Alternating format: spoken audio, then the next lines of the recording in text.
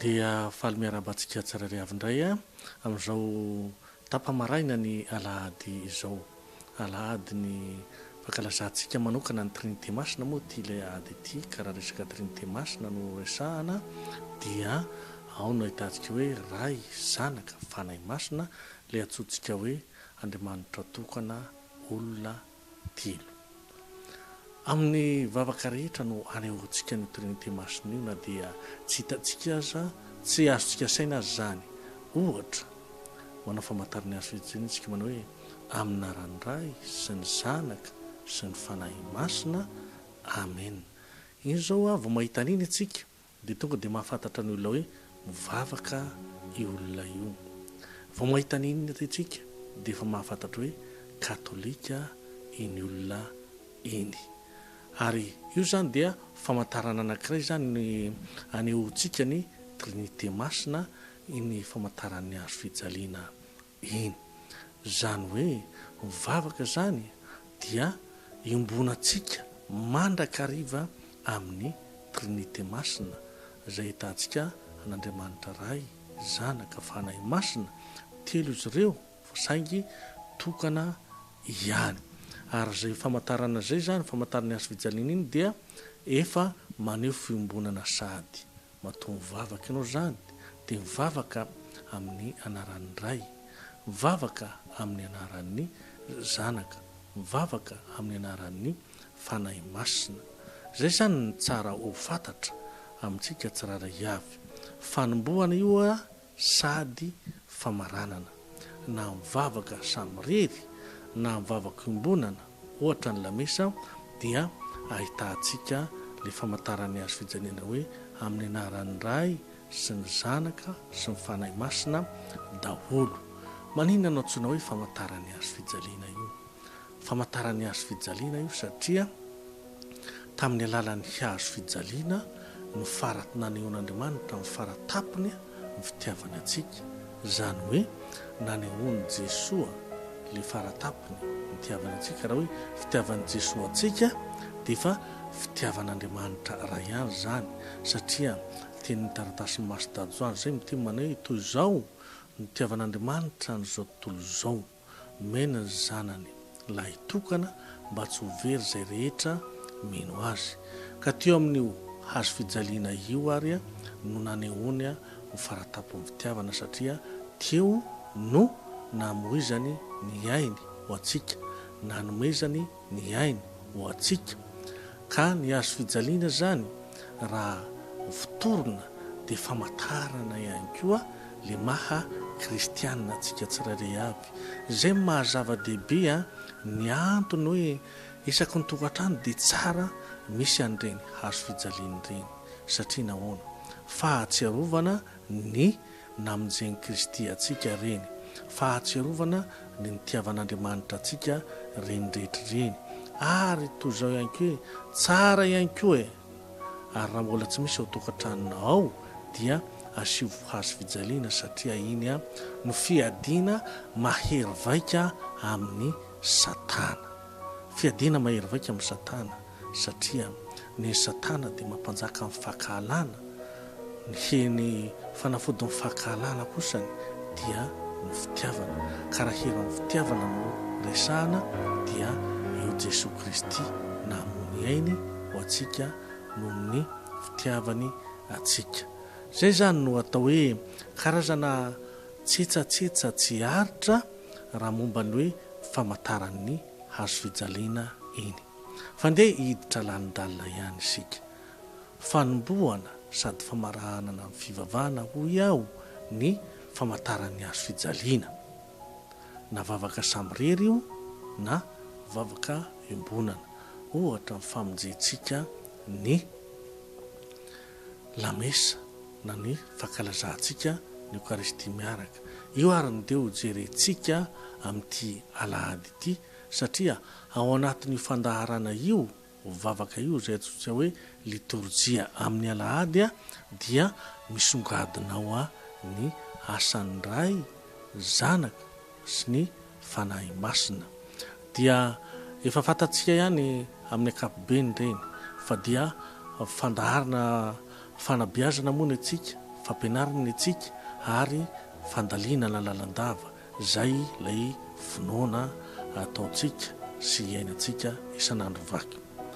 Vao manomboka ary ny sorona masina na ny lamesa ho itsika dia manao ny famantarany azy fijaliana amin'ny anaran'ny ray sy ny zanaka sy ny fanahy masina ny pretra dia miara-mimbona aminy isika amin'iny fotoana iny dia avy eo mandeha ny fiaraban'ny pretra hompamiantsika menakavany fitiavan'Andriamanitra ray ny fahasoavanana sy ny fahasoavan'Andriamanitra ray ary ny fimbonana ao amin'ny fanahy masina dia efa hitantsika ao koa le endrika fimbonana zany reo ny fitiavan'Andriamanitra ray sy ny fahasoavana avy amin'i Jesosy Kristy ary ny fimbonana ao amin'ny fanahy masina dia efa miseho lany ao ihany koa. Deto moa zany amin'io zany ny pretra dia mipetraka eo amin'ny fitoerany io le atao hoe toatserana fiketrahana amin'ny fitariana mivavaka zay tantanan'ny lohampianakaviana moa zany. Mahatafavorantsika ao moa zany de mipamory atsika ao zany voalohany indrindra zany hoe miantso de tsy izy atsakory fa Andriamanitra ray, izy no tompotrano, izy no mampandroso. Ka raha mampandroso dia amin'izay endrika fampandrosoana zay no hoe miandry izy ny zanany rehetra zay any ampivahinianana any, any ampielezana any, zany hoe mandritra ny herinandro dia toy ny hoe lasa mivahiny any atenatena any ampitadiavana any ny zanany rehetra. Tonga kosa amin'ny fotoana le hoe andron'ny tompo amin'ny andro alahady io zany dia indro mamory ireo zanany izy, indro isika zanany rehetra miditra ao an-tranontsika, ao an-tranon'ny kiaky, ao an-tranon'ny dada hoy isika ary dia ao anatin'izay ary no entin'Andriamanitra maneho ny fiombonany amintsika, maneho ny fiombonana amin'inona eo aloha zany fiombonana moa zany hitantsika eo zany ny zavatra rehetra tsara fantatra hoe ray ombona. Aleo ny fiombonana aloha zany dia endrika hoe eo le fahotantsika matetika ilana famelana reny rehetra reny mba hatsara ny dinidinika zay fanaovana ao dia izay no ahitantsika le endriky ny fonana. Ny fonana amin'io le aventsika teo tompo mamindrafo aminay, Kristy eo mamindrafo aminay, tompo mamindrafo aminay. Zay karazana hoe tsy ilozana hoe maha-olombelona atsika tsy dia mety misy foana ny adiady sy fanarahana tany rehetra tany iseho anatrian'Andriamanitra fitiavana nefa atsika amin'ny fotoana io noho izany dia tsara le hoe endrika mifamela aloha. Ka ny olona efa hoe mifamela dia afaka miara-mibanjina amin'izay. Inona no banjinina dia le voninahitr'Andriamanitra miara-mibanjina. Ka le fibanjina voninahitr'Andriamanitra iny no asehontsika amin'ny alalan'ny firana no hoe voninahitra ny ho an'Andriamanitra any amin'ny avo indrindra fiadanana ho an'ny olombelona ety ambonin'ny tany. Zay zany no ataontsika.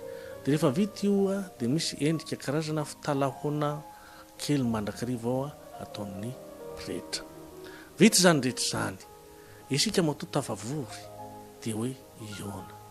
Ka raha iona dia fionan'ny ray aman-dreny sy ny zanaka no ao amin'ny alahady. Fiombonan'ny isika samysika zany hoe isika zanaka sy Andriamanitra ray no ataontsika isan'alahady ao. Ka amin'izay fionan'izay fiomana arahi-pimbonan'izay dia misy teny ataon'ny ray ho atsika, misy teny zarainy ho atsika. Io zany le karazany hoe kabary. Kabary hitantsika fa za mamonjy kabary zany dia misy hafatra ampitaina, misy teny ampiasaina. Ka amin'izay hoe kabary zay ary dia misy le atsotsika hoe kabary midina. Inona le kabary midina? Zany hoe voalohany zany fizarana voalohany Andriamanitra vava miteny, isika sofina miaino. Andriamanitra vava miteny, isika sofina miaino. Eo amin'ny fizarana faharoa, isika vava miteny, Andriamanitra sofina miaino. Re zany no hoalalentsika kely amin'izao ary. De hoe fizarana voalohany amin'izay le hoe kabary zay ary teny ifanakalozana, de hoe Andriamanitra vava miteny, isika sofina miaino. De hitatsika ao Andriamanitra miteny amin'ny alalan'ireo vahoaka fahiny.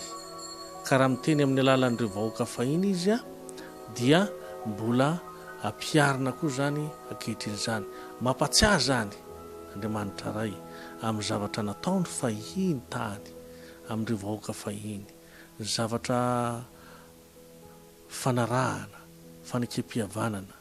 Dia matetika antsika ao mivaky teny voalohany ao mahita ny hoe boky ny Genèse, na boky ny Exode, na boky ny Mpanjaka, na boky nyreo mpaminany fahiny, zay maneho ny endrim-pifanaisan'Andriamanitra tamin'ny vahoaka tamin'izany fotoana zany ary mbola hohenotsika koa ankehitriny. Dia manaraka an'io misy endrika anankiray fanohizana zay tenin'Andriamanitra zay, toy ny hoe salamo.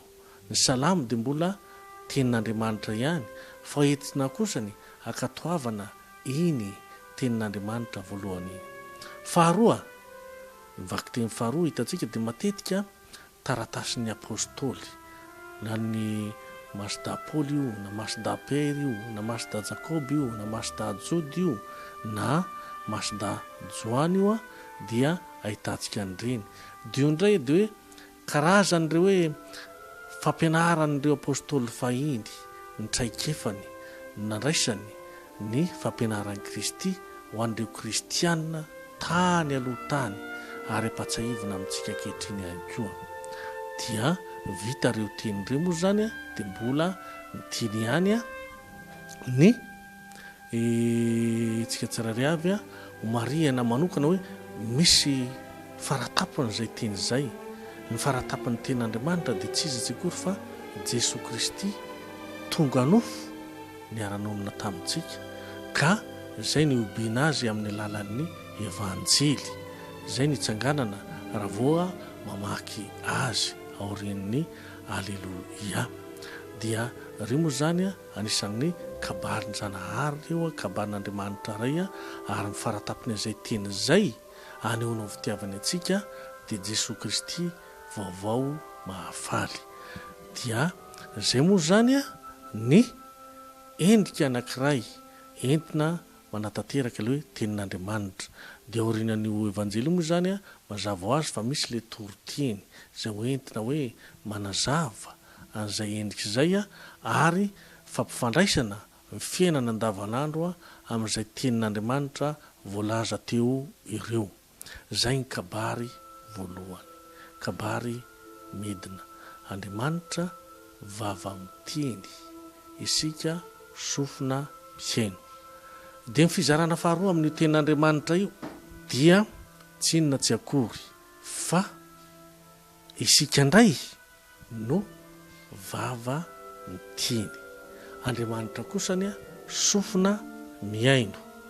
Amin'izay sofina miaino zay dia mazava ho azy inona zay, dia tsy inona tsy akory fa eo isika ilay mivety le fekempinoana, ankatoavina le tenireo ary zay fankatoavan'izay dia fanohizana ny finoan'ireo apôstôly tany ampiandohana.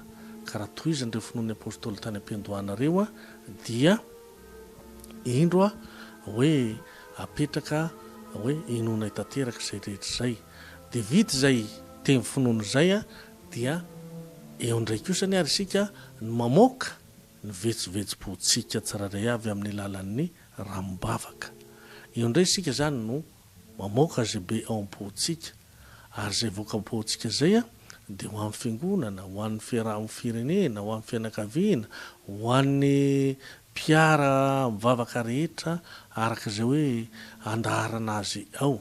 Dia isika miteny io fa Andriamanitra kosany sofina miaino. Dia vita moa ireo dia faranana amin'ny vavaka mandrakariva.